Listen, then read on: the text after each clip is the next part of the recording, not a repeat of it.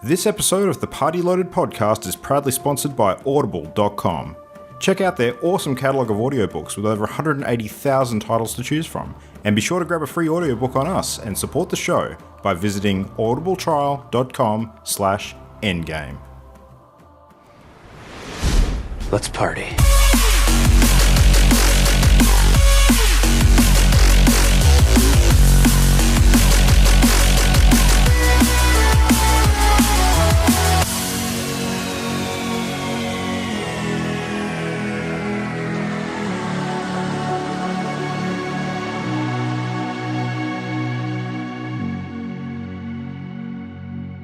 Hello and welcome back to Party Loaded. It is Wednesday, the 3rd of May. My name is Luke Rotelic, and we are here to chat video games as per usual. Welcome back if you've listened to the show before. Welcome for the first time if you have not. Got a lot of fun stuff to talk about, and we have a crew here to help us do that as per usual.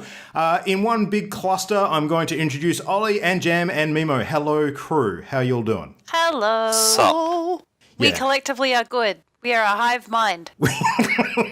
A hive mind, buzzing with activity. We actually have had quite a bit of activity this week, and we got to do some IRL face-to-face gaming all together for a change, which was cool. So many gamings. Yeah, it's that one time rarely where we actually come together and remind each other why we prefer to game where we can't see each other face-to-face.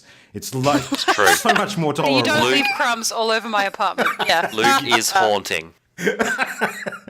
Oh, no. Anyway, so this thing happened, which we like to celebrate each year, given the opportunity, called International Tabletop Day. It is a fun, coordinated global day of gaming, which is headed up by the fine folks over at Geek and Sundry. I think it's been running for about 4 years now. Is that right, Mimo? I think we're hitting... I think so. Yeah. Yeah. Well, it's been 3 years we didn't do anything, and then this year we did. So, yeah, about 4. Yeah, well, that's it. We've always kind of talked about doing stuff, and I think we've always kind of, had an opportunity to do some gaming and then just loosely tied it in by afterwards saying, so yeah, we kind of celebrated it by doing this on the day. Not that we actually organised anything, we just happened to be playing games because that's what we always friggin' do anyway.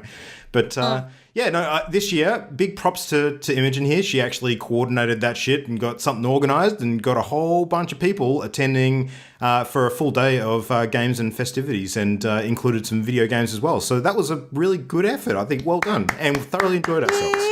So many snacks were left at my house. Yeah. Sorry, are left? I haven't eaten them. They still exist. Sure. Or do they? We'll keep that as a rolling satchel to take around to all of our future events, I think. I'll be the Santa of snacks. I mean, I'm not Santa. Santa's real. Yeah. Just like the Jesus. Easter Damn it. Bunny. Spoilers! Wait, there's no kids listening to this. Yeah. I Shouldn't fucking be any hope kids not. Yeah, no, I sincerely hope You're not just to. throwing a swear word there, Ollie. Just for good measure. Yeah. Yep. Yeah, kids, go to fucking bed. You're done. All right. Now we can do a podcast. Memo, do you want to give us a quick rundown of what actually happened during the day? What kind of stuff we were up to? So I had, I think in total, people streaming through my apartment. And I will note that my apartment is not like a luxuriously large apartment. It is a regular, normal, small-sized apartment. I like to And think of it as a it was- hutch. Is it because I have a rabbit? Yes, it is because you have rabbit.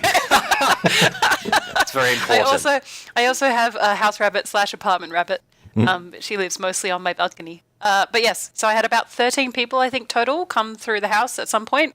We started at 10 o'clock in the morning, which should be celebrated because we played D&D to 1 o'clock in the morning the night before. Yeah. So it was a solid weekend of gaming when A I should lot have of been games. studying. So... we got up bright and early in the morning, and people came round, and we had cups of tea and played games. And I honestly cannot. We played Munchkin, we played Tokaido, we played Sushi Party Go, which is an amazing game, especially if you're playing with people who aren't really, your brain's either not switched on, or you're playing with people who aren't really big tabletop game or board gamers. We played Secret Hitler, which was a revolution. So good. I know, Luke. I'm learning. That game, honestly, look it up. I believe it's from the people who make Cards Against Humanity. It is. One of them in and particular, I it's think. Fantastic. It's a variation on Resistance, if you've played Resistance before, and so much better. Like, I enjoyed Resistance to a point before I started wanting to murder you all for being spies. But Secret Hitler has just so many little cute mechanics in it that make it just replayable in the extreme. And by the end of it, yes, we trusted no one. And I will forever remember sitting in between Jam and Olly whilst they argued over my head and just yelling out, "I hate it when my parents fight." It was terrifying. We also played, we managed to fit in Lords of Waterdeep, which is a game that I think it took us 2 hours to play. And we ended up wrapping, everybody had sort of gone home by about 11 o'clock, I think. So that's a solid day of gaming. A lot of board games. If I had to estimate, for those of you who are listening who do play board games, you have a small understanding of the games that I've mentioned and some of the costs involved with those games. We had Eldritch Horror here. We had Crossmasters here because I own ridiculous amounts of that, and we still didn't play it. And one day. Yeah, one day. Seven Wonders, which was a great fun deck building game. That was fantastic. That's an awesome Easily game. over $2,000 to $3,000 worth of board games were in my apartment on Saturday. So it's not a cheap hobby. Why can't any of my hobbies be cheap hobbies? Well, where's the fun in that? Compared to meth addiction, one would argue maybe it's okay in that respect, but, Much less harmful. Well, yeah, yes. it was rather adorable that because we played so much Sushi Go, we all ended up having dinner at the sushi train at the bottom of my apartment, which was just, it was a nice little bow That was an on epic everything dinner that we'd too. done of the day. I don't- It was so oh, good. I don't know what that dessert was that I had, but god damn it, I've been tasting that ever since. That's the whole point of Japanese desserts. You have no idea what you're eating, but they're delicious. You're so good. Well, just to tie it back into video games again for a second, we did actually finish the night off by playing some Jackbox. So we played a bit of Drawful and... Oh, yeah. Did we actually get to Fibbage. Fibbage? We did play Fibbage. Yeah, we got to didn't we? Fibbage. Yep, Yeah. 2 rounds. That's right. Yeah. We learned some amazing things from Fibbage. What did you learn from Fibbage? Do you actually recall I any learned of that there's actually a name for the need to poop when you're in a bookstore. Oh, that's an right. actual syndrome. That's and right. you somehow knew that, Luke. So yeah. question marks all around there. Well, what do you want to do when you're on scared the of can? knowledge. You want to read a book. Or I believe it's called the Marchi-Ori syndrome. sure. Which is obviously named after somebody. So I don't know. I've never experienced this phenomena. So maybe one day in the future I'll make the connection and I too will be able to experience this. But Fibbage is a game where Probably not for the best. you have to... Let's avoid it. Probably not.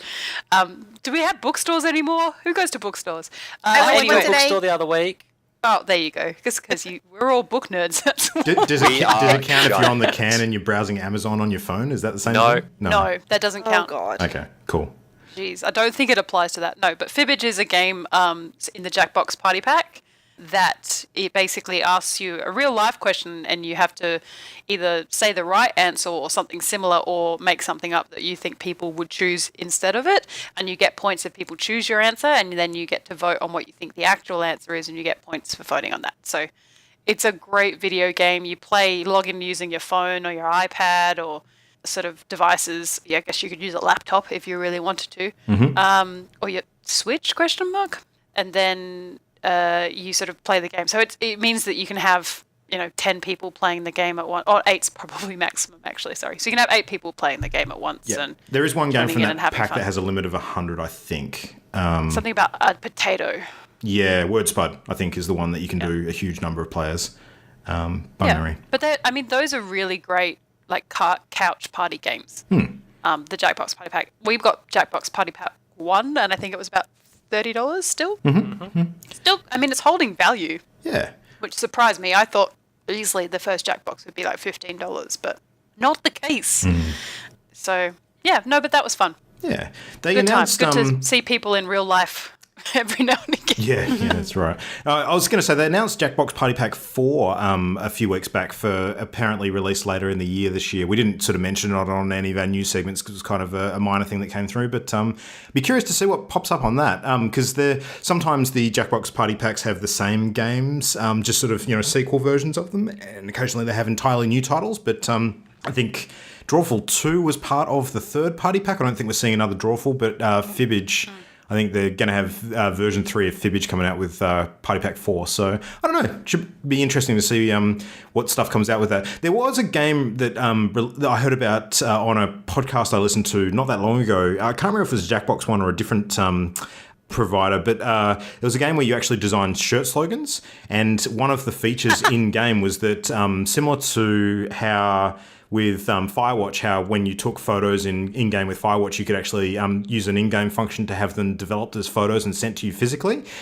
This game actually allowed you to take those shirt slogan designs and stuff you made and actually sort of push them through like an in-game sales system and actually get those shirts sent to you in real life. So... yeah. What? Yeah. That's nutso. Can you imagine like getting really drunk and playing that game and thinking it's all hilarious, and then 3 weeks later a shirt rocks up on your doorstep and you're like, the fuck is this? Exactly. And that's exactly what the shirt says. Amazing. This will be hilarious. Yeah. Anyway, so Ollie wasn't here last week, so what have you been playing this last couple of weeks, man? You been doing something interesting? I have. I got my grubby little mitts on a copy of Outlast 2. Ooh. And I am smashing my way through it. I'm about, I want to say 8-ish hours in, I'll say. I'll round it to 8-ish. And yeah, I'm genuinely liking it. I think Mimo would be in tears if she tried to play this, and Easily. understandably so. Just a quick reminder for everybody playing at home, this is the game we spoke about recently, nearly being denied classification in Australia due to some pretty graphic content, but in the end actually got through. So there's still some pretty graphic content in there, let me tell you. So yeah, I'm enjoying that. It is a survival horror style thing, which has its flaws. The graphics are amazing. The gameplay is a bit more improved. One of my favorite features is the UI. So you don't have any UI, but you can check your inventory and like your objectives. And the way you do that is you look down at your camera and he talks to himself and reminds himself what he's going to do. Oh. And you can look at your left hip and see how many bandages or health things you have. And you look at your right hip and you can see how many batteries you have tucked in. And it's a really cool mechanic. Oh, that's That's pretty cool. reminds me a little bit of the Fallout 4 thing, looking at your, what's the thing called? The Pip-Boy. Yes, yeah, exactly like that, except without any sort of UI at all. So it was really cool. But no, it's definitely an improvement on the first one. Like, some of the scenes are a bit better, the graphics are nicer, it flows a little bit better. I actually quite like the story. The mental asylum got old very quickly, whereas this one has like a vying cults in the rural Americas thing going on. So it's kind of cool, actually. But it does have its flaws. I will have to give it this. It does have the same flaw that the first Outlast had, where it was, here's a terrifying sequence that if you stuff up, you die. And you have to repeat it. And it loses that momentum of that scene after you do it 2 or 3 times, trying to figure out what you're meant to do. Right. So that's one of its negatives, unfortunately. And it does have the frustrating element of, you can do this amazing thing where you kick one of the baddies in the face when you escape, barely. Why can't you pick up this shovel and hit them? Like, there's no combat. You are always running. And that would be fine if there wasn't a ready supply of easily applicable weapons. That's my 2 gripes for the game so far. Interesting. So, but it's interesting, and it does some very cool storytelling things. I won't go into any spoilers, but I am liking the direction it is heading in. Someone described it to me, and I don't know if this is accurate at all because they could have just been talking out of their ass, but someone described it to me as a Deep South version of the Wicker Man.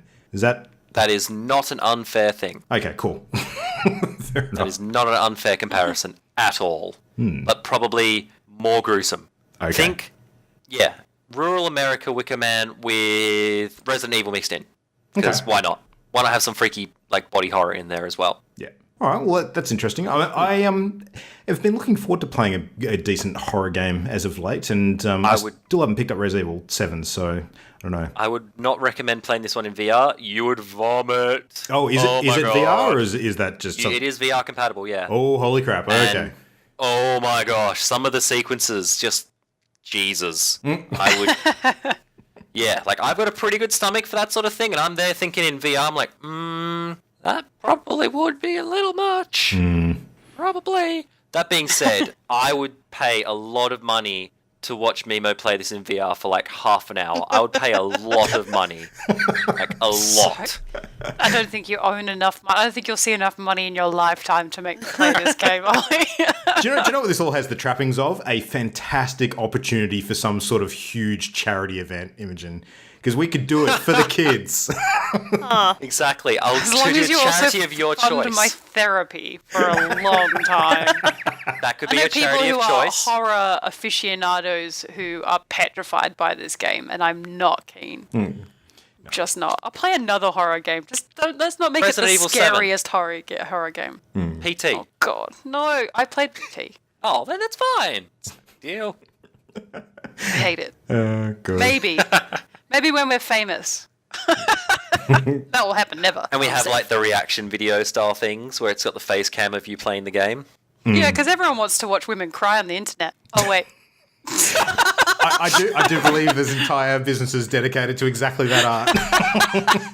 That's I'm a just going to website. close this Pornhub tab right now. Oh God. Terrifywomen.com. Anyway. Oh, I hope that URL is not taken. Yep. Speaking of game porn, that's just not a segue I ever thought I was going to make. So I'm going to talk about Hearthstone for a minute because there is actually something relevant this week to discuss as far as the game I'll goes. give it to you. You did good. You did good. Do you need a moment to get your horn out? No, I don't. Because Doot, so you can toot it. look, I have been working towards a goal for a long time in this game now. One would even say it is pretty much the goal as far as what I wanted to work towards in this game goes. And this month, I finally thought I might have a shot at it. So, one of the biggest achievements you can actually achieve in Hearthstone is to make it to Legend rank. So, which is essentially, making your way all the way up the ranked ladder in either the standard or the wild format. And when you sort of, get past rank 1, you achieve legend status, and then basically you're on a numerical sort of ladder with everybody else who's a legend globally. So you can actually fight for the very, very top position in the entire world. Now, getting to legend rank is a big thing, and you actually get like a special card back to signify that you've done it, and it is really, really freaking hard. And this month, I played a whole bunch of Hearthstone when I was in Bali for the holiday I took with my family recently, and got reasonably high. And got back and thought, let's see how we go. And I got up to rank 5, and then I thought, all right, 5 days to go. I'm going to have a crack at this, and I'm actually going to, see if I can get there. And I have to, again, shout out to our friend Christian, who, people may recognize from having been on the show a couple of times recently. He managed to achieve it this month as well. It's something that he's, similar to me, has been gunning for quite some time. And I don't know if it was either me being inspired by him actually making it, or me basically turning around and saying, fuck you, Christian, you're not doing it, and not, and leaving me in the rear view mirror. I've got to I'm get gonna there as go well. with the second one. Yeah, probably Column was. A, column B. Probably was.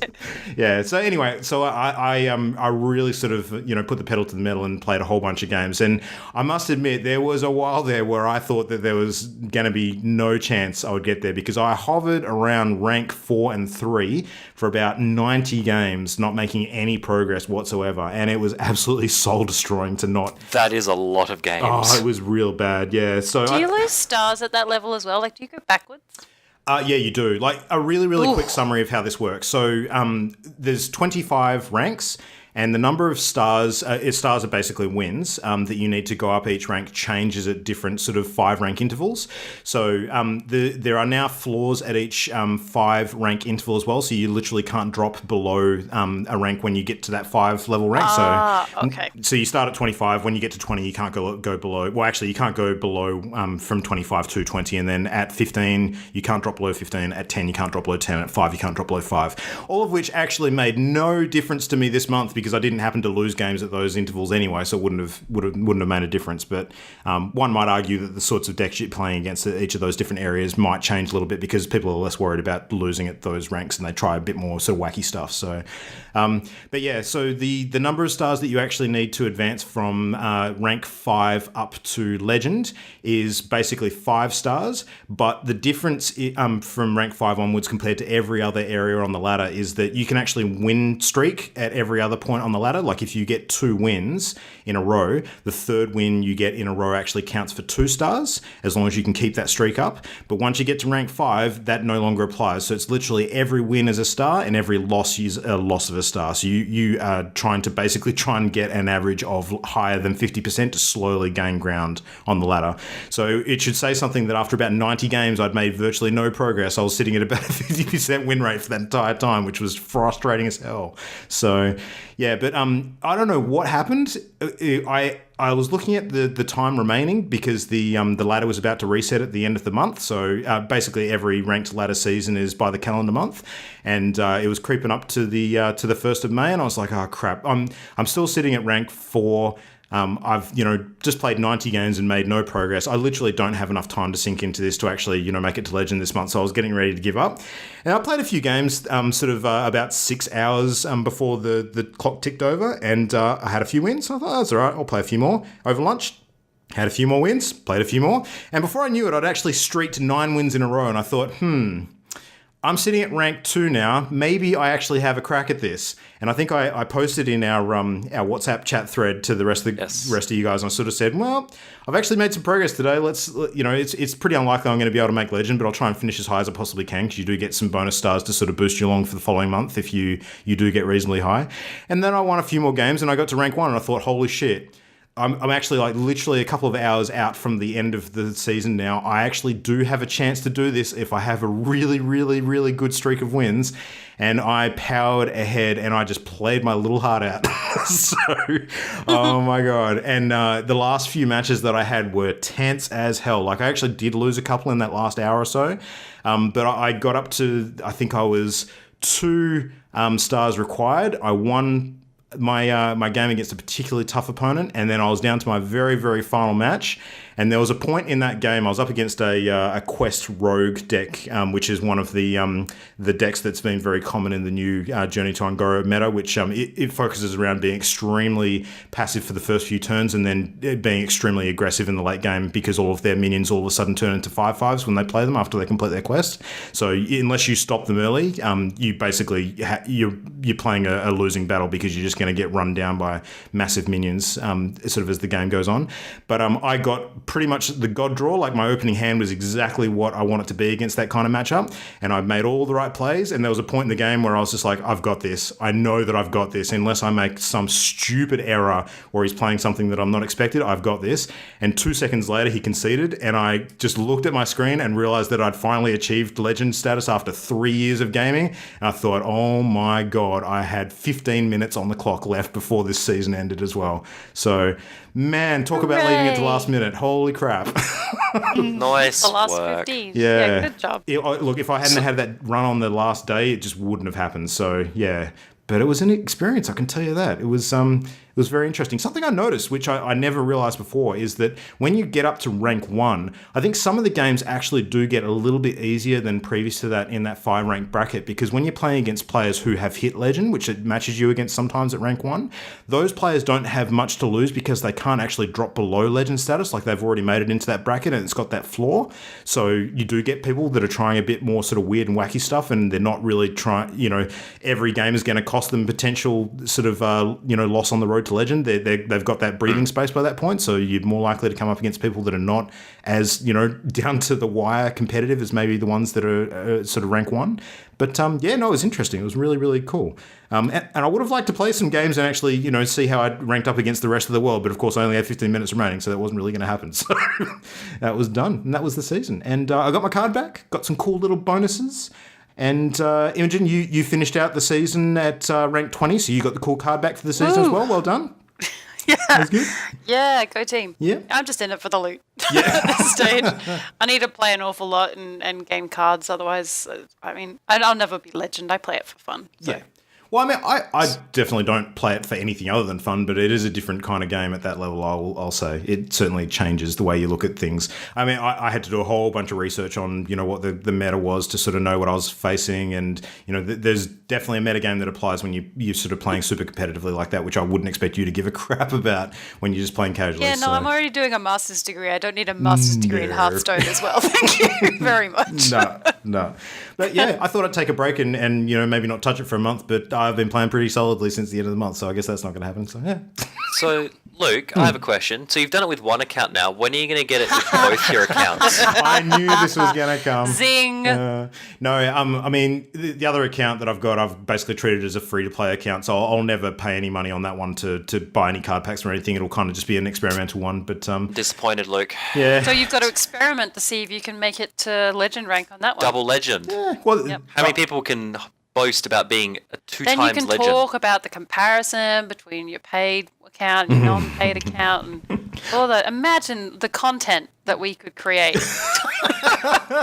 There are some really, really good free-to-play decks going around at the moment. This expansion's been excellent for some of the cheaper deck builds. But look, honestly, I think the next goal for me in the game isn't going to be trying to hit Legend again. Like, I could try and do it in the Wild format. That might be interesting. But there's actually another thing you can achieve, which is basically unlocking a gold hero portrait for each of the classes in-game.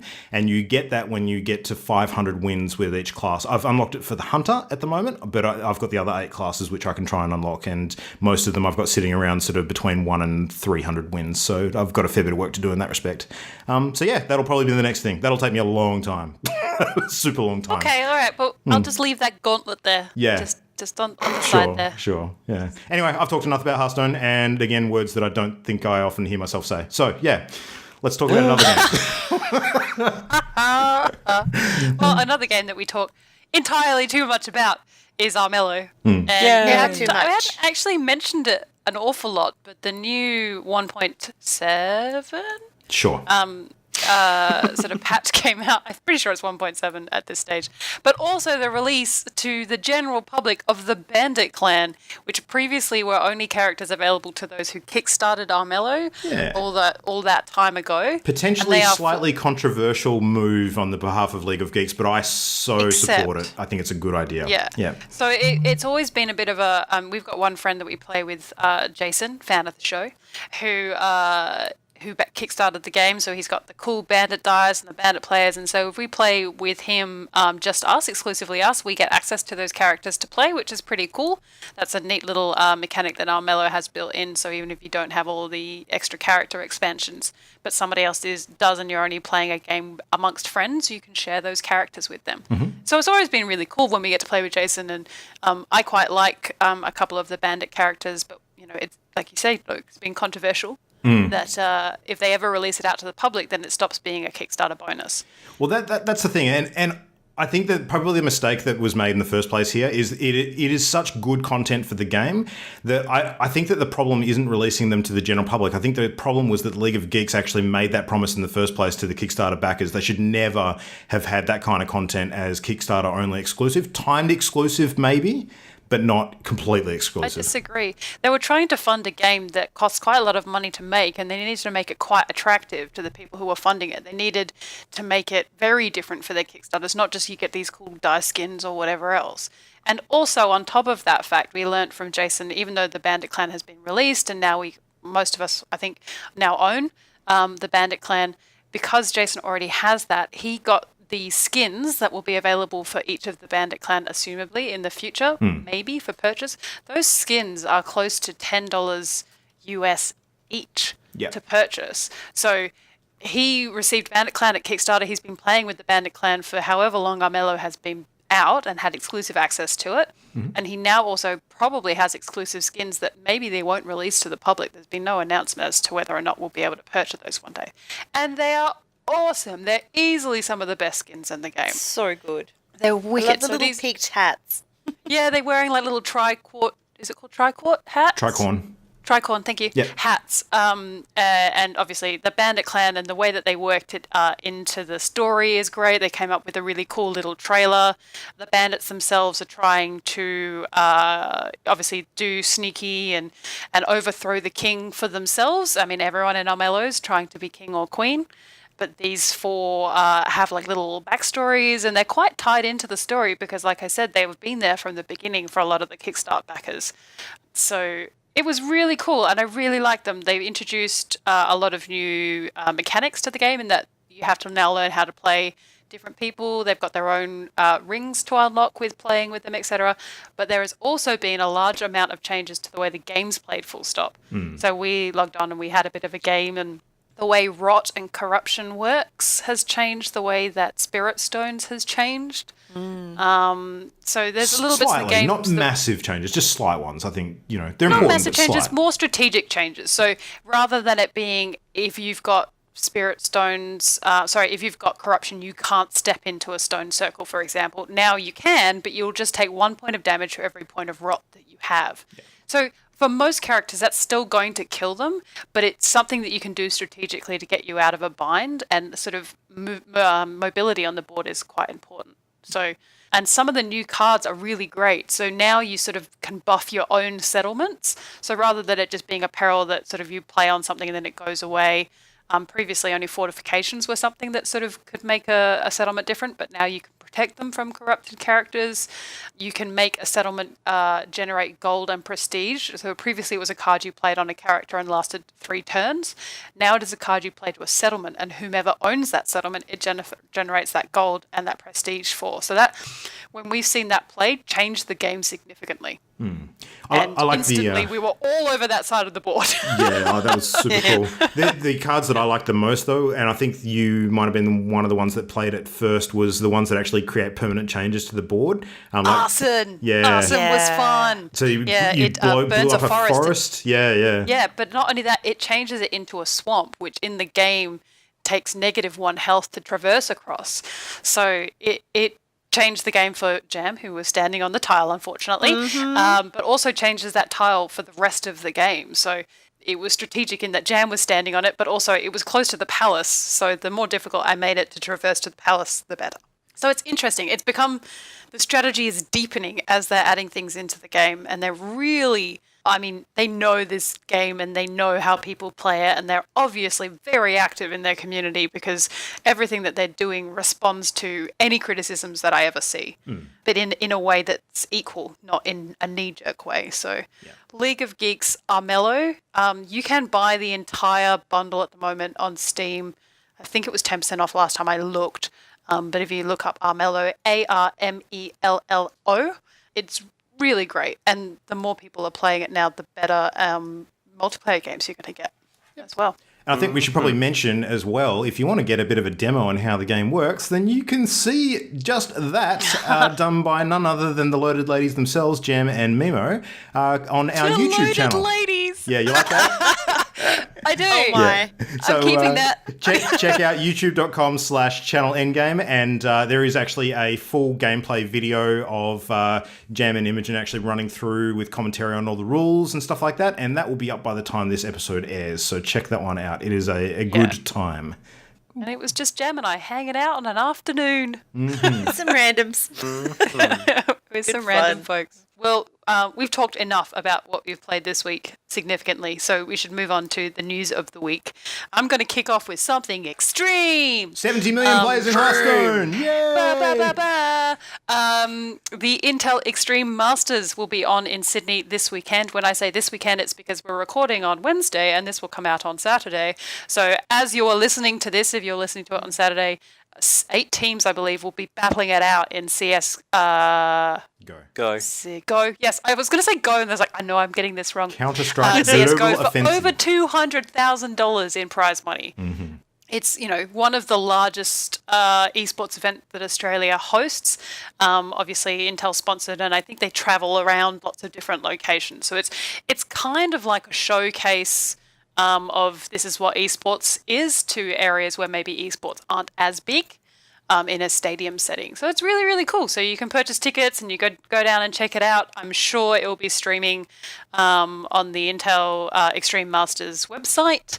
And yeah, I have to say, I've seen it's being shortened to IEM. So if you're seeing people mentioning that they're going to IEM, that's what that is.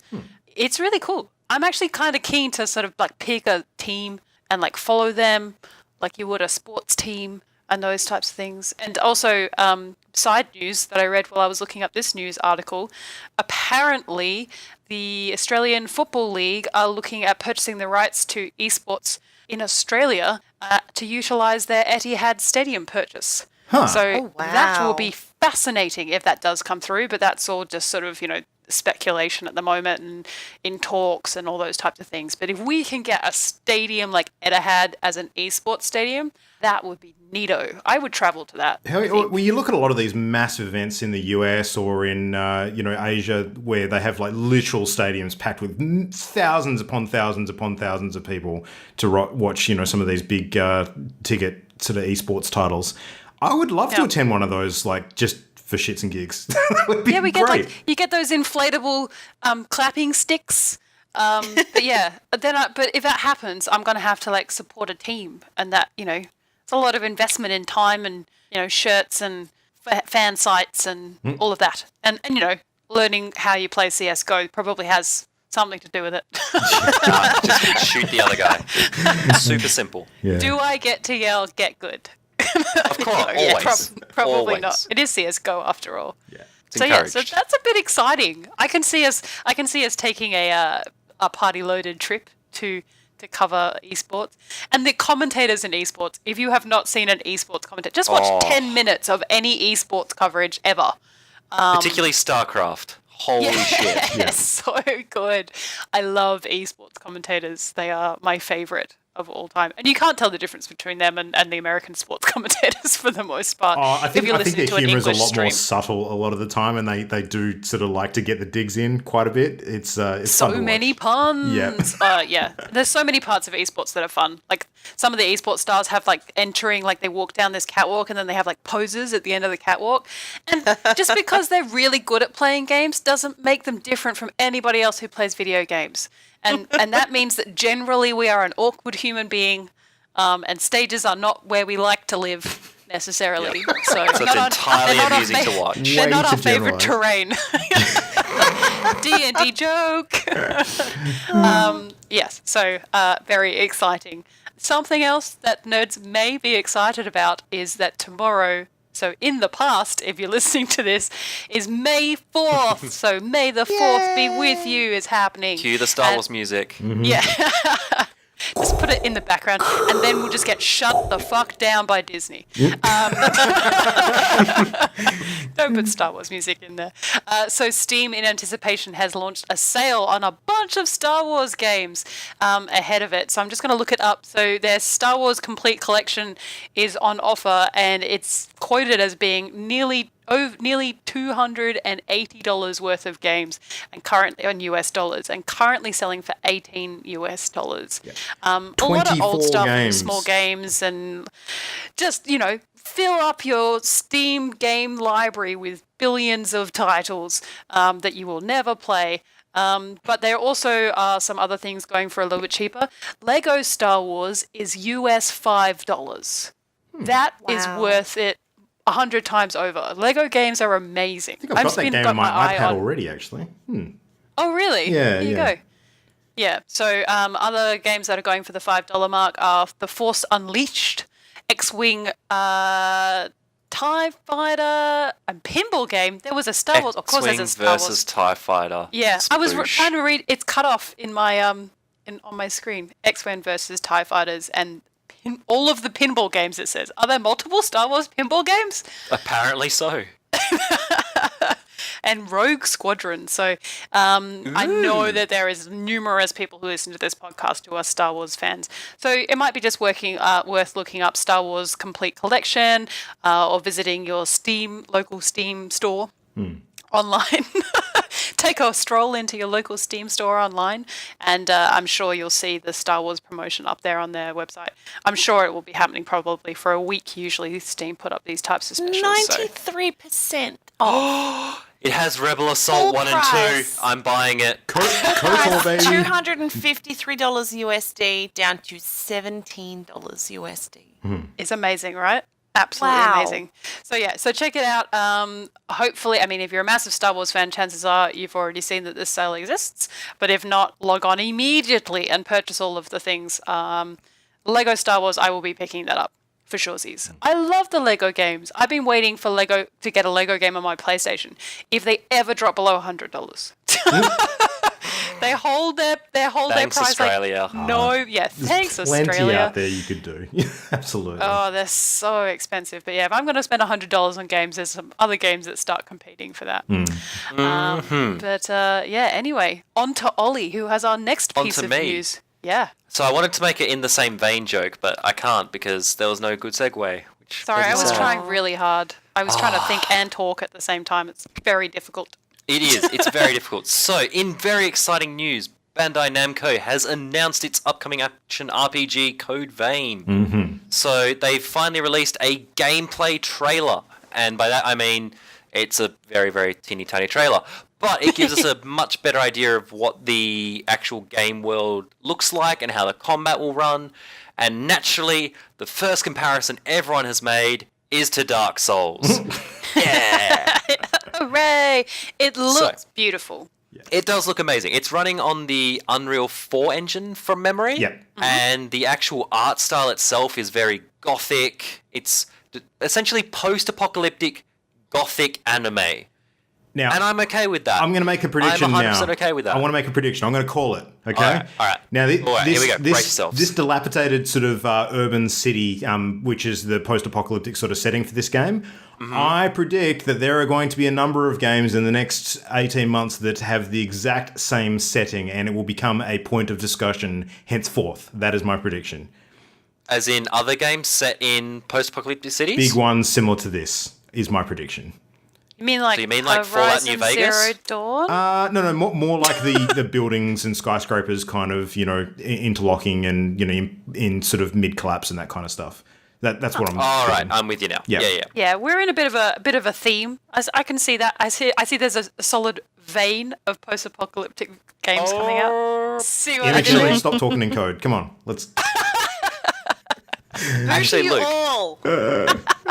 on that note, I'm willing to agree with you because a lot of the reasons a lot of post-apoc games don't have scenery like this is because the game engines could not handle it. Yeah. So now that we're getting engines that can happily, air quotes happily, handle this sort of environment, I reckon I agree. You will see more of it. Oh, this engine will just make it look unreal, I reckon. There it is. Sorry. I knew that was coming. I could feel that in my bones. I knew that was coming. In my waters. In my waters.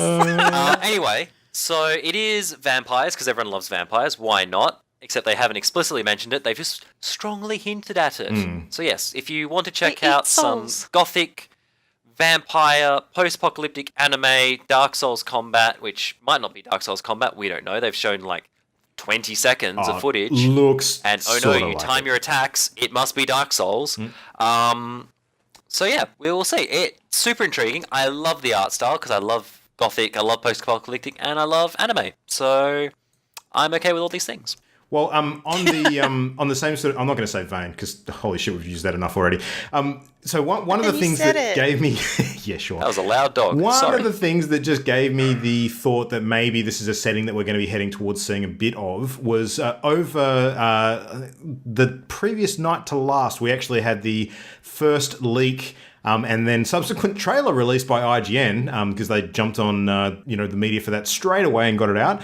We've seen the first trailer to announce the upcoming release of Darksiders 3, and the setting does look kind of similar to what the Code Vein setting does in a way. So now, Ollie, I think you out of all of us are probably the one that's had the most experience with the Darksiders franchise. So what? In that I've played one of them. Well, yeah, that's probably all that qualifies you at this point. So have you played Darksiders or Darksiders 2? I played the first one. The first one, okay. Now, correct me if I'm wrong, but the whole theme with these games is that it's all four horsemen of the apocalypse kind of, centric characters, isn't it? So the first one is War, and I think Darksiders 2, you are actually playing as Death. Does that sound about right? Something like that. And I think it was the Deadly Sins for the second one because there were 7 of them. Something like that. I get the impression that might be still the case in Darksiders 3 because the trailer, I think, does mention the 7 deadly sins again. So maybe you have to fight them again, or maybe you fight some that you haven't come across. I haven't actually played the previous game, so I don't know for sure.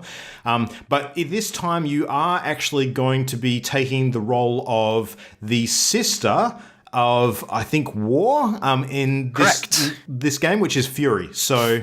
yes. Interesting take on that particular horseman. It's a bit different to what we may be used to in other sort of sources of that kind of lore. So, but yeah, she's got this.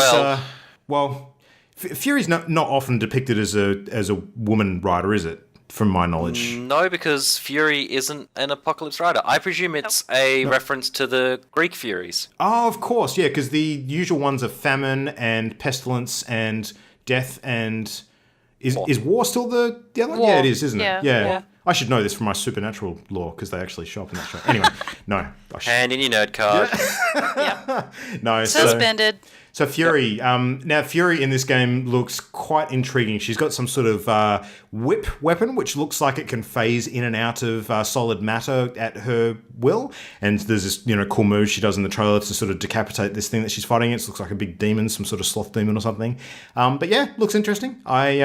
would be keen to actually look at the previous games now and get a bit of a feel for what the franchise is like. Because apparently the others have been received quite well, sort of, scoring average Metacritic ratings of around the 80% plus. So, yeah. They are solid action games, and the art style is Warcraft as fuck, so you will love it. Cool. Might be a little dated in the graphics department, because I think they were released in 2010, 2012, respectively. I stand by my Warcraft statement. Sure, yeah, it's a timeline-wise probably in line with that, but could be good. So Darksiders 3 coming in 2018, it looks like.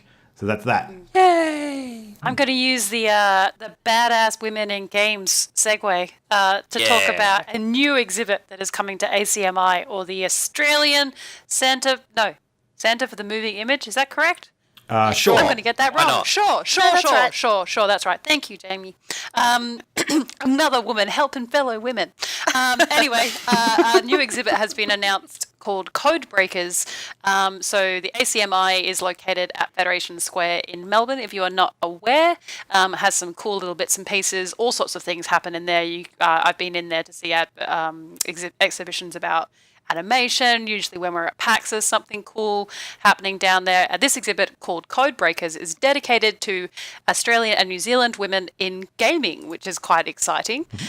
It's the first of its kind in Australia, and it will be interactive. So it's going to be opening in late July, the 25th of July. But what it will be is a bunch of games that come from studios that have female developers, female producers, coders, and all sorts involved to try and showcase the women in the industry. One stat that sort of the exhibit itself is sort of putting out to say, look, this is the reason we think this is important, is that over 50% of gamers, game players are female. But they account for less than 10% in the actual industry. So that's a bit of a yawning gap between the players and who's creating the game. So the CEO of ACMI decided to create this exhibition. It features games, we've already mentioned a couple of them, being Armello, because League of Geeks has Lizzie Kane, who's an absolute force in the industry at the moment. I'm seeing her everywhere. Need for Speed No Limits, Tearaway Unfolded, Ninja Pizza Girl, which is such a huge game here in Australia. I don't know if lots of people outside of Australia have heard of it, but I always hear about Ninja Pizza Girl. I follow Nicole Stark on Twitter. She's Three of my the favourite developer. things. So. There you go. Yeah, so each of the exhibits have the games, but then we'll have a little profile on the women behind the games. We'll probably be quite an honest and open dialogue about what it's like in our local industry. We spoke a little bit about with V from Stirfire last week about women in the industry and being recognised. So it's really nice to see more of this sort of stuff coming up. It also means that lots of schools and stuff can get out and see this and encourage other women into the industry, because encourage everyone in the industry, but if kids have someone to role model themselves off, then it's a lot easier for them to get there. So yes. It's really, really good. So it's Australian and New Zealand developers. So if you're in Melbourne, or you're going to be in Melbourne from the 25th of July to the 5th of November, guess what we're doing when we go to PAX, guys? We can go see the exhibit of Code Breakers. So I will 110% be checking this out when I'm over in Melbourne at the end of October for PAX Festival 2017. Keen. Yeah. It's been a really big week for women in games as well.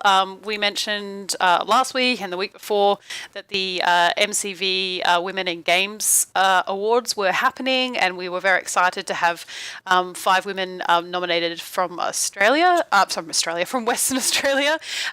Just in case anyone's not aware as well, MCV Pacific is an organisation that actually stands for the Market for Computer and Video Games. So they handle a lot of news and events for the industry in general, sort of around the Asia Pacific region. So there you go. They're very quickly becoming my single source of news. Yeah. At the moment, they're really good for a really broad range of interesting topics. So they actually had their lunch in Sydney where they awarded all of the the lovely ladies, and it's just a who's who of some of the most amazing women in the industry. So you can look up the full list of winners, but Lizzie Kane is on there, who I mentioned is co-founder of the Girl Geek Academy, which works with young female students to encourage them into the industry, but she's also producer for League of Geeks, who creates one of my favourite games. So she holds a special place in my heart. And also Dr. Jennifer Hazel, who's the co-founder of Checkpoint, which is the organisation that were doing that research we mentioned a couple of episodes ago as well. Got Campaigner of the Year, presented by Hex as well, previously of Good Game fame. So really, really interesting to see lots of different promotions coming out to sort of promote women in games. And I will sort of stress that obviously there's lots of awards for all sorts of people and that they win on a regular basis, but it's nice to see some sort of focused recognition for that less than 10% that are currently operating, and maybe next year it'll be more. And the pool will be bigger. Yeah. And there will be more fighting for achievements. No, I don't know. We'll see how it goes. Finally, obviously, I mentioned PAX just before. We had two big items drop for PAX that I'll mention super quickly before we go into our main topic. Number one, Yug, Temp Jam himself, has now been appointed global content director for all of the PAXs. So not only will he be Lord of Candyland in Australia, but also everywhere else in the world. Done, Yug. That is the best descriptor. I nearly sent him a message saying, "You are now king of Candyland," because that's who he is to so many people. He creates and is vitally responsible for creating one of the best and biggest video and tabletop gaming conventions that there are in Australia and now in the world. So super happy. It will mean so many more flights for him, but we're super happy for him. And it just means he's going to get busier. We're never going to speak to him again. You're just going to have to stay on Jam. Aww. We don't have Temp Jam anymore. Sorry. He'll be over for Perth again for drinks at some point, I'm sure. At some point. Keep that guy out of a bar and good luck to you. The second is the Storytime or Keynote speaker for PAX. So Keynote is called Storytime for all PAXs around the world. PAX Australia's Storytime was just announced this week to be Bernie Burns of Rooster Teeth fame. So one of the founders of Rooster Teeth. I couldn't list all of his accolades here. Amazing guy. I mean, RTX is an event in its own right, which he has a large hand in, or his organisation certainly is responsible for it being. He's a voice in Ruby. He started Red vs. Blue. If you don't know who Rooster Teeth is, I don't know where you've been on the internet. Get out of under that rock. Yeah. But I am a big follower of him. I watch a lot of his content on the YouTubes, on the Rooster Teeth site as well. And I cannot wait for his story time. And we've missed some story times in the past, but this one, I think Jam got it correct. As soon as it was announced, she's like, now I'm definitely going to queue up for that. Yeah, I think we'll all be in that seeing. theatre for that one. But And it'll be followed by the Rooster Teeth panel again, most likely. So that's our morning. That would be First interesting. morning, done. Well, Yeah, because it hang on, usually goes storytime Q&A with Mike and Jerry is usually, and then the Rooster I was Teeth panel. missing one. Yeah. That's fairly standard. So we just got to make sure we did that the first year that I went, and I nearly died of starvation because Yeah. we queued up from 7 o'clock in the morning, and we did not get out of that theatre until 2 p.m. I nearly died. Yeah. Yeah, we'll pack snacks. We'll pack some snacks.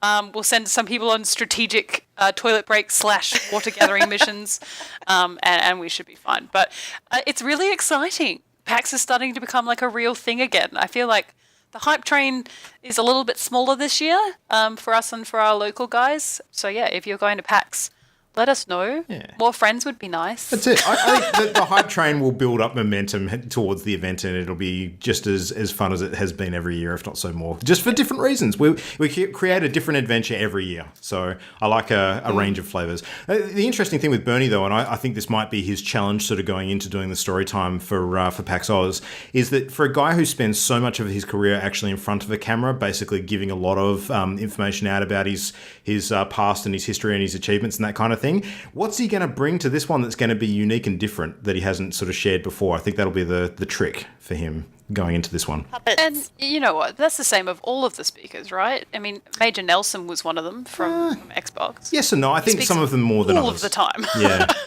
Well, I mean, Ron Gilbert in the first year was a great example of a guy that you don't necessarily see on camera a lot. True. So, and his keynote for me specifically was really, really impactful. So, yeah that was magical. Got a lot out of that.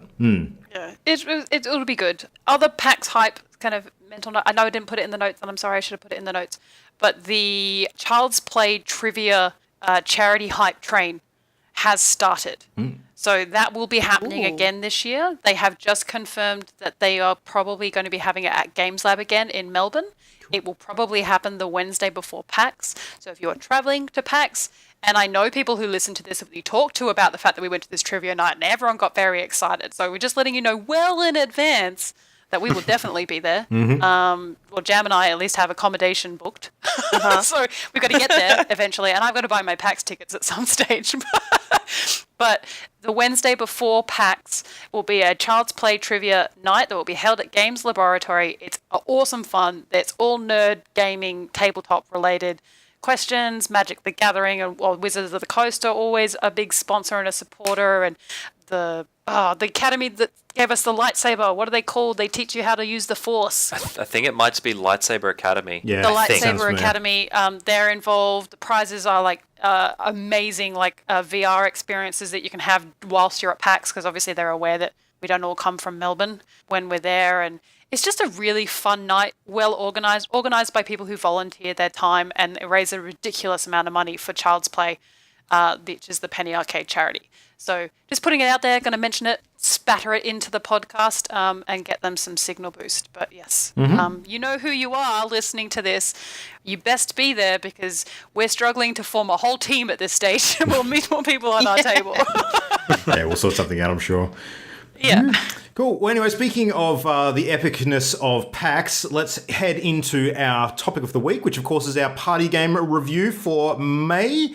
And or for May or April. We played the game in April. We're reviewing it in May. Make of that what you will. It's April. It's the April one. Okay, cool. So anyway, we are focusing this episode on... Ollie, what are we Executive decision. Epic Manager. Epic. Da-da-da. So, Epic Manager. So, I've just brought up the Steam page to get the description straight from the horse's mouth. And Epic Manager is a unique crossover between sports management and classic JRPGs. Experience an addictive one-more-turn mix of tycoon strategy, roguelike elements, roster management, combat, and character progression, all rooted in an epic yet light-hearted fantasy setting. Rated E for epic. All right, anyway.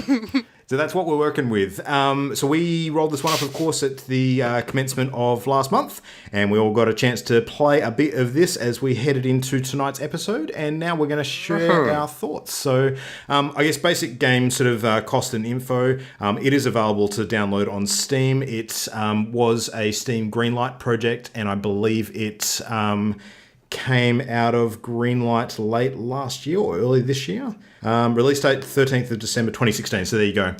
And from what I understand, the state of the game in Greenlight sort of mid last year and to release hasn't actually changed a great deal, so it's pretty much, if you've seen it before, it's probably about the same game as what you would have experienced back then. And PC... How much is it, Luke? PC game, it is $17.99 US. So for an indie title, it's a few bucks. You wouldn't be getting this one on the super cheap unless it's on sale. So yeah, but I did buy it on sale coincidentally for $11 US. I think I did too, actually, by memory. At the beginning of April. Yeah. All right. So who wants to take it first and chat a bit about the style of the game and mechanics and stuff? Go for Jam. Go for Jam. Well, Go Jam. So, okay. I started this a while ago. I'm trying to remember the very beginning. She's so good, she doesn't have to restart the game very often. Do you want me to tell you about the start of the game? Because I started it a lot, if you want. No, you go, Jam. You're the pro. Basically, you end up with this cute little hex grid top-down map and a whole bunch of little buttons, like a big console with lots of options because you've got to manage things epically. And you start by recruiting some characters. So you put the call out and you select, okay, what classes do I want to make up my little team of adventurers? You try and find a nice, neat little balance. You negotiate their salaries to the point where you can arrange to pay portions up front to reduce the overall cost. You can agree to lock in their contract so you won't dismiss them early, which makes them more favorable towards the contract. And they have like an opinion, and you settle on a price, and they go, yep, okay, I'll be your adventurer. And then you start using your scout points. So what you do is you have throughout the calendar year, it's broken up into trimesters, and you're vying with 11 other guilds at any one time, or managers, to accumulate the most fame. Mm-hmm. At the end of each trimester, sort of the danglers at the bottom of the league get kicked out. So They lose their license. You always have to make the cut by having more fame than them. So you end up with, how many weeks is it to a trimester? About 12? I think it is. Yeah, that sounds right. Yep. So each week you get, from the start, you get one little scout point, which is like a special point that lets you do some neat things like search for quests or recruit or go to the shop, that sort of thing.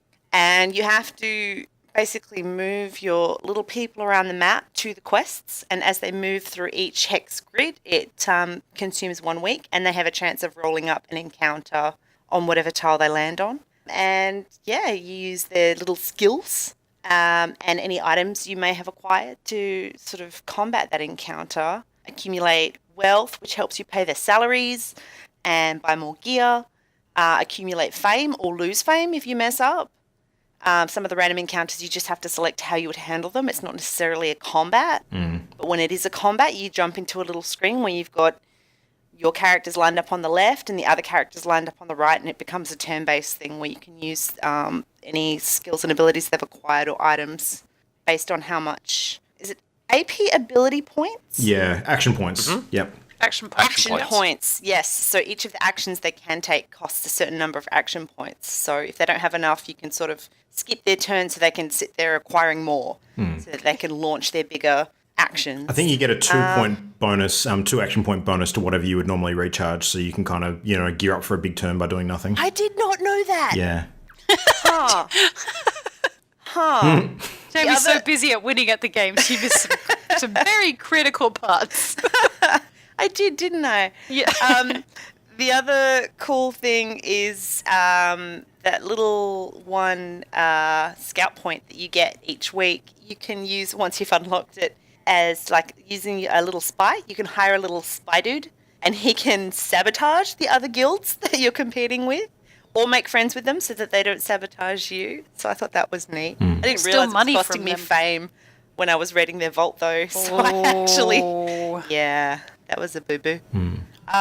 But there's a lot to it, and basically at the end of, is it 4 trimesters? Yeah. Which makes no sense, but yes. It is 4 trimesters. Yeah. Yeah. At the end of 4 trimesters, you've completed the year, and if you've successfully made the cut, you advance from, say, Bronze League to Silver League. And everything gets a little more difficult, but you're starting with the resources you've accumulated in Bronze League, and I discovered very quickly once I hit Silver League that I was in a bad place. Just Yeah, you want to give yourself a bit of a lead so that you don't get creamed when you hit into the big leagues. Yeah. It's interesting because there's so much you can do with that one little scout point each week, depending on how you've leveled up your guild and your little adventurers. Don't want to lose track of some things like I did. I ended up with no quests to pursue. And then the ones I did roll up were very far away, so that was a boo-boo. That's how my glorious victory crashed and burned all around. It's got some really neat, it's the mechanics to it seem simple enough. I mean, there's lots of buttons, like Jam mentioned, but it's got a depth to it, like Darkest Dungeon, which I quite liked the mechanics, like things like salary caps. So when you're renegotiating salaries, if you haven't sort of boosted up to the next level in the Bronze League, then your salary cap is capped at something. And so I was without an adventurer while he was waiting for me to renegotiate. You can pay them like upfront money, but that's more, much more expensive. And so it was just these little bits, and teleporting around the board becomes extremely important. And that's when Jam realized you didn't have to go from teleport to teleport. You could teleport from anywhere on the board. It just cost you money. So Cost you you a can lot lay of money. portals down, and I'd clustered mine too closely together. I committed to them too early Yeah. and used them up. Yeah, and you have to upgrade your whole sort of adventuring party for quite a lot of money in order to get that extra teleport as well. You have to use your research, and there's like research points, so it's quite an in-depth turn-based strategy game with party management, which is A lot of management. but I quite like it. The way that it's positioned is easy enough. The tutorial was actually quite good. I got about halfway through the tutorial before I died the first time, and then decided I was fine without the tutorial. So I'm sure there's plenty that I have missed, but they actually have a really good in-game sort of searchable quest tutorials. So if you have a question about something, you can click on this little question mark and look through the basically the online manual. Yeah, I think it's called the game. Epicopedia or something. Something like that. Something stupid. Yeah. It's got some cute little... The names of the adventurers are quite cute, and you've got to you draft them, and everything is done quite well. Like the quests, I mean, because it has a very heavy sort of overarching RPG theme, so you roll d20s and you get pluses and things, and you do a DC 3 death save, and all of these types of things are fairly common. It can go as badly as quickly as Darkest Dungeon as well. So if you've played that game and you get that sort of mounting feeling like, oh, I'm running out of money, but so I'll spend a little fame, and you're trying to balance things out, it very quickly mounts on top of you and you are well behind in the game. It's interesting. I will say that one area that Jam and I discussed previously today that we both agree on is that the music in the game is not the type that fades into the background. No.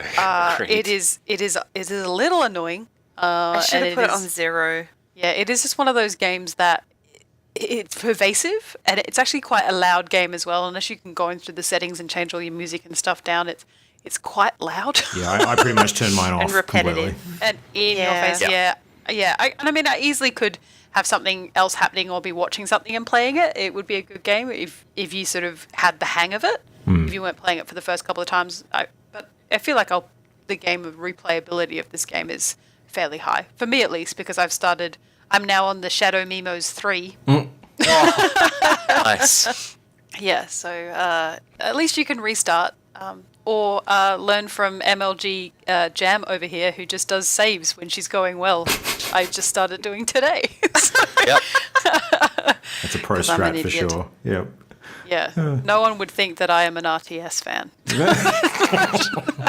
It is a bit like I don't that. know why I got lulled into a false sense of security with the cartooniness of it all. I just thought, oh, this is great, it'll be fun. It was and very just cute. Death, destruction, and yeah, I had an entire adventure party die. I had to hire a new adventuring party in my 3rd trimester. And restart again. So then, of course, all my quests were higher level than them, and yeah, I missed out by one placement on making it to the Silver League, which was a shame. They battled through a lot, the team, but became a Did bit anyone else start with a bard? No. I did Hells not, no. unfortunately. That was a mistake. I made the Why choice did you very choose the early on to start with, I think it was a priest, the one that heals your whole party. I thought, yeah, that's going to come in handy. That's the one character Yeah, I class had that a I want to paladin guarantee. with heal. Yeah. Yeah. I had Was Paladin. that your very first pick? Like, you're on the stage and they pick the Shovel Oh, Knight. yes. and the Mine other was one. paladin. Paladin? What did everyone Yeah. else pick? I picked Paladin. a captain. Yeah, I think mine And was warriors. priest. And my next 2 hires after that were both captains, I think, just because that's what happened to come up. So, Yeah, I picked tank first, and then I went with the witch doctor type one. I call them the Ooga Booga Man because they look like from Crash Bandicoot. Oh, yes. The mask. Crash Bandicoot racing. He would go Ooga Booga like in front of your face. Yeah, that guy. Because Crash Bandicoot Racing is the only Crash Bandicoot game I have played. sure. He's in the other ones too. I assumed as much. I can see like people collecting stuff, and he was always in the top of the screen when other people were playing. But yeah, the Ooga Booga guys, the witch doctors, and yeah, rangers and stuff. But yeah, no, I didn't go paladins. Maybe I Paladins should have seem gone solid. paladins. Yeah. So Here's they've my got all main. of these different types. So of each sort of, you've got your tank, you've got your DPS and all those types of things. There's usually 4 in those sort of standard classes. And they cover a real range. I mean, the captain and the warrior seemed really interesting how they separated the two. Yeah, I think there was The like warrior 16 different ones altogether, I think. At least that you get Yeah. to choose at the beginning. I'm pretty sure it's the same for the rest of the game. Yeah, and that said base. No, it said base classes. There was another button that said prestige classes. Yeah. It had 16 more that were blanked out. Well, have you guys gotten to the point where you can start to multi-class? Because that's actually a thing in the game as well. Yeah. Yeah, that was I handy. have not played the game enough. Yeah. So, yeah, when you increase your levels for some of the characters and sort of get their epic levels with the stars, you can actually choose additional classes to make them go on as well, which And is the cool. That'd be outfits so change. cool. Oh, because they're a merge of 2? Yeah. Oh, that's sweet. See, I appreciate games when they just go to a length of trouble to make it seem more authentic and immerse you in the game.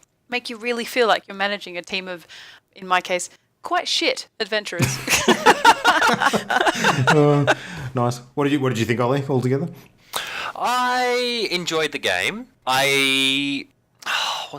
It's very much a game of 2 halves, and I enjoyed the management side of things, and I didn't mind. There was probably a little bit too much minutia for the managing side of things for my level of enjoyment. I don't like a lot of minutia when it comes to that sort of thing. But it was just a little bit too much, and I felt the combat was a little flat. For me, the combat was a bit as far as turn-based combats are concerned. Like, it wasn't bad, it just wasn't It's not engaging. it felt like it was lacking a little bit. And then some of the quests I thought, I was just like, this is just average. One of the things that could have I love improved the art the style. combat a great deal, I think, it would be introducing sort of elements that are not related to the fighters or the foes, like terrain elements maybe, or positioning could have been a There thing. is terrain elements. But So each of them such a have the minor different thing. personality things, and so if they're in hills and they've got the hiker feet, not they're the more whole So emboldened. he's talking about battle-specific Yeah. scenery, like a wall Like cover. or a bush, Exactly, yeah. cover, that sort of thing. I'm with you. Yeah. Okay, difficult terrain. Yeah. That sort of stuff, yeah. So, I don't know. For me, it was mostly the combat felt a little bit flat. The management side was good, but a little bit too grindy for me, but that's just my own personal preference. It's not badly put together or anything like that. But, yeah, no, I enjoyed it. It's not quite my style of game. Like, Darkest Dungeon pulled me in with the art style and the theme. This doesn't have that going for it in my regards, even though everyone immediately goes, but you play tabletop D&D, which is turn-based management. And I go, yes, it is. I don't need to play it twice.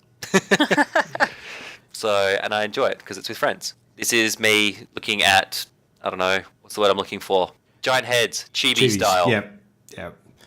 And I'm Ollie just like, called us friends. yeah, don't get used to it. Yeah. I actually tend to Hilarious. agree mostly with what Ollie just said. Like the combat, I maybe like the combat a little bit more than you did. I did sort of see that there were some holes in it in terms of what they could have added, but it was okay. I thought the variety of different character classes and abilities, especially when you start leveling them up and getting a few different things to play with, was interesting. I would have liked a better variety in enemies though. Like coming up against a big boss every now and then would have been pretty cool. That could have been something a bit more interesting. So, I mean... They also have the ability to simulate the combat, which means that if you use your scout points for the week, which, as Jan mentioned, is a bit of a rare resource, you can scout and see your chances, and it's basically just, it's random, and you've got percentage chances of critical success, failure, or critical failure. And if your chances are good, you can just simulate the combat rather than going through the throes of it. But I think you probably get a little less fame. You get different fame for each sort of quest as well, so it was hard to sort of tell for me, and I haven't actually looked more into it. But I also got screwed a couple of times by doing that. But also, critical success by just pressing a button and watching something scroll on a screen rather than sitting through the process of crawling through low-level mobs when your sort of guys are a little bit higher level is, It reminds me a lot better of way to do it. It gives you an option. Total War, that sort of option. How, like in Total War games, you can quite often just let the battle happen, or you can actually control the units on the battlefield yourself if you want to. Exactly. It's a fairly common turn-based strategy, whether it be real-time or turn-based. Yeah. But a fairly common strategy game is to give you those two options just in case. But, I mean, whilst you're learning the game, you probably want to do those battles so you understand what that means. Yeah. Because there's some fights you shouldn't pick. Oh, yeah. And especially when you've got a whole bunch of different bands of adventurers under your command sort of roaming the map, you know, the amount of time it would take you to resolve every battle individually would be quite concerning, I think. So, yeah, would be that. I don't know what you guys thought of the art style. Like, I mean, the whole chibi thing aside, which, you know, I'm not personally massively attracted to that style unless it's done extremely well, like a you know, full-on Japanese anime style.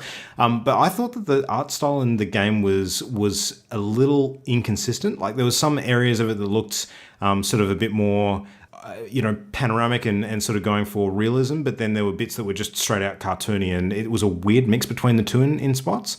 So where was realism?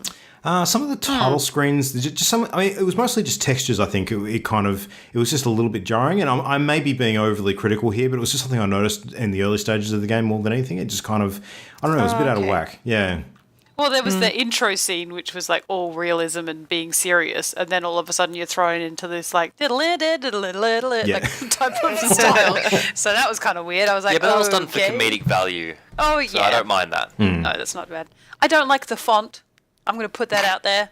I think the font, and also when you get like random encounters, the sort of book opens, and the art style for the dice and everything else is great, but all the text is super teeny tiny, and it just looks like they could have, I mean, I don't know, made that look, I don't know, better somehow. It just, for me, some of it's a bit weird Well, in terms of font and the way that they present information. One thing I will say that could have made this game infinitely better, but we could say this about a whole bunch of different games, would be the option for multiplayer. I think that would have been quite interesting.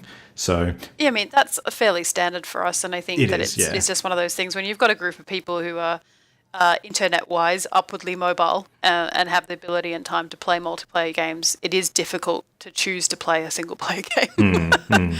I'm over it. But I played Epic Manager while you guys were playing Player Unknown, and that was kind of a fun little game. So it's a good, if you're, you know, with other people and that kind of stuff. It would also be cool to sort of all of us play and like how we're going with stuff and see, like race through and see if we can't like beat each other or something. yeah, We like could a make it score sort competitive. of you know, comparison thing. Yeah, that'd be Definitely. good.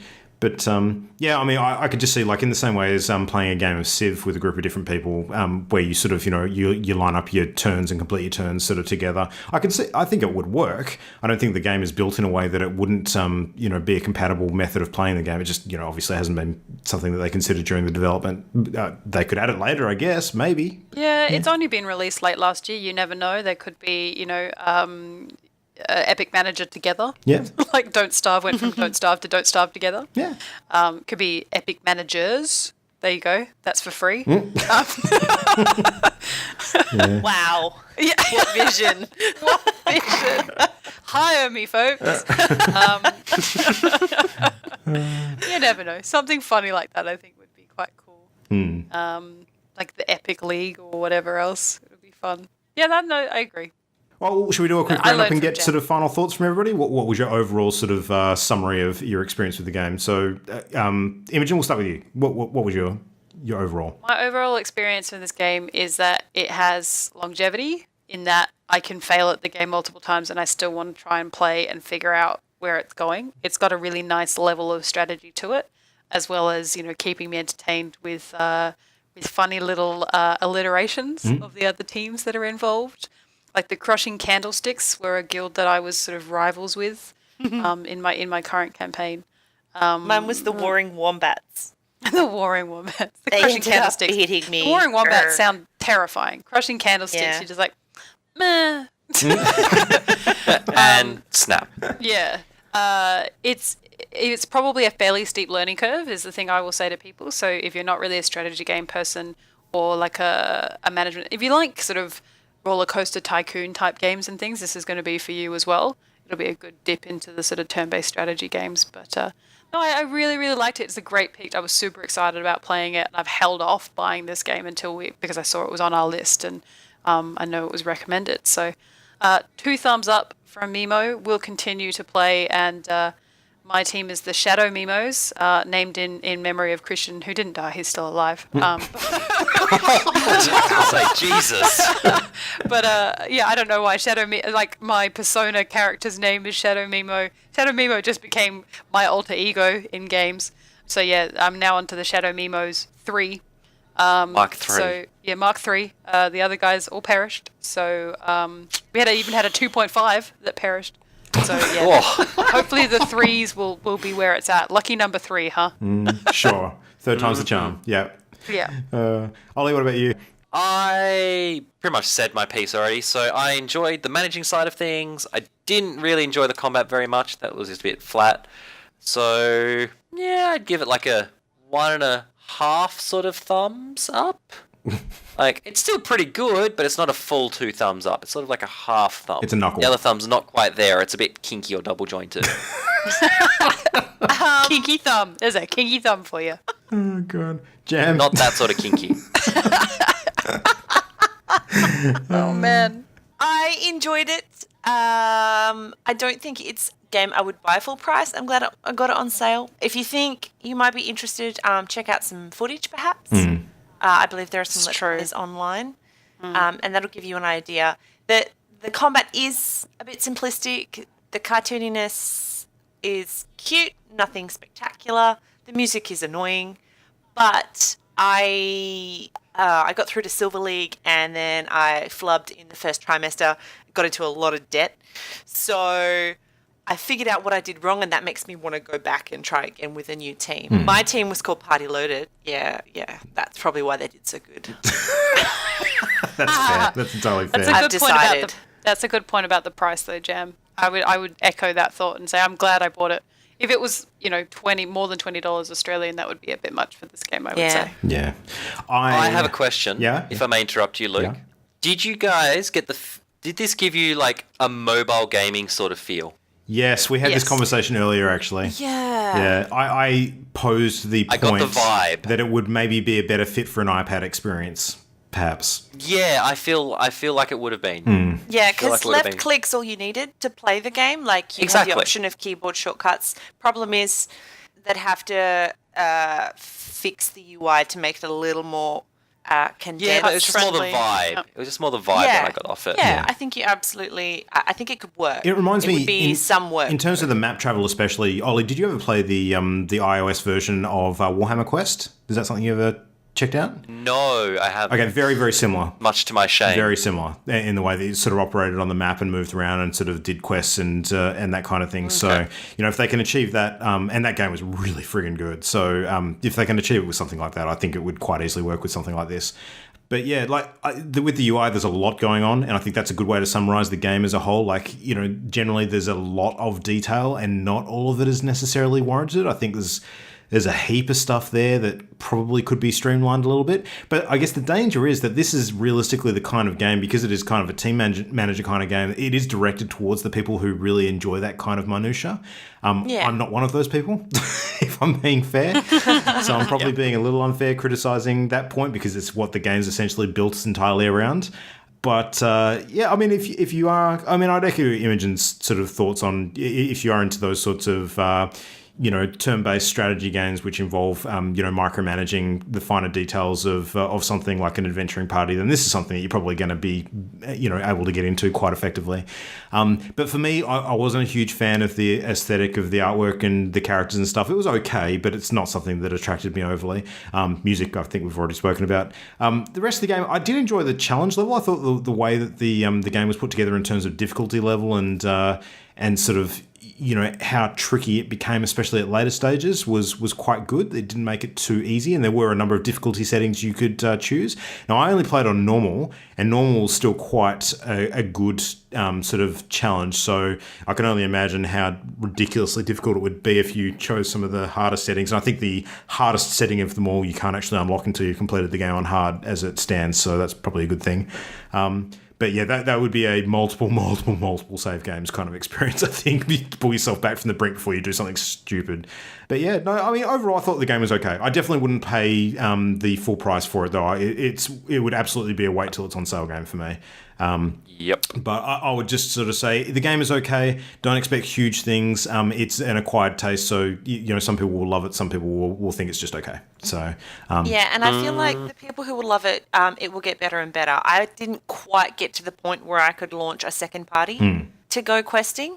So I think if you enjoy it, it would just keep taking off and it would keep building on itself.